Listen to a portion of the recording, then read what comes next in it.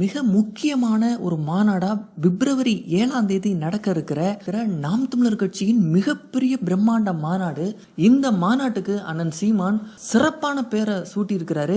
மாற்றத்தை விரும்பும் மக்களின் மாநாடுன்னு அதுக்கு பேர் சூட்டி இருக்கிறார்.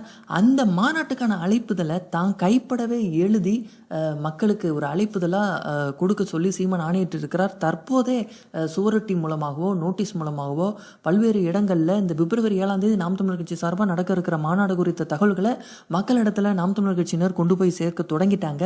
இந்த மாநாடு திருச்சியில நடக்கிறது நாம் தமிழர் கட்சிக்கு மிகப்பெரிய சாதகமா அமையும். ஏன்னா திருச்சிங்கிறது தமிழகத்தினுடைய மையப்பகுதி, தமிழகத்தினுடைய இதயமா தான் நம்ம பார்க்கணும். அந்த திருச்சியில் இந்த மாநாடு நடக்கிறதுனால தமிழகம் முழுவதும் இருக்கக்கூடிய மக்கள் நாம் தமிழர் கட்சியினர் எல்லாருமே லட்சக்கணக்கில் இந்த மாநாட்டில் கலந்துக்கிறதுக்கான ஒரு வாய்ப்பு இருக்குது. அந்த மாநாட்டில் தான் 234 தொகுதியிலையும் நாம் தமிழர் கட்சியினுடைய விவசாய சின்னத்தில் போட்டியிட போகிற வேட்பாளர்களுடைய பேரை சீமான் அறிவிக்க இருக்கிறார்.